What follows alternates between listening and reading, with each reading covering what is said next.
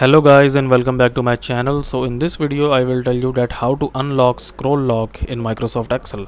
So before starting this video, make sure to like this video and subscribe to my YouTube channel for more tips and tricks like this one. So what you're gonna have to do right now, here you can see that if I just zoom into this sheet here like this one.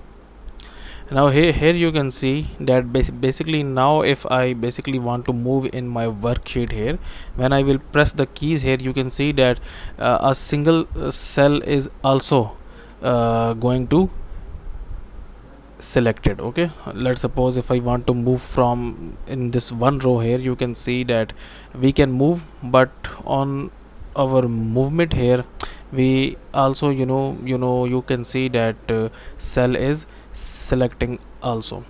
So how you can basically enable or disable like the scroll lock. Okay, so on your keyboard you will find a key where it says scroll lock. Okay, so you just have to press it once and now your scroll lock is on. Okay, and now basically you can move freely in your worksheet. Okay, so now let's suppose that if I move in my worksheet, you will see that our single cell, that is A1, is selected and we can move freely in our worksheet.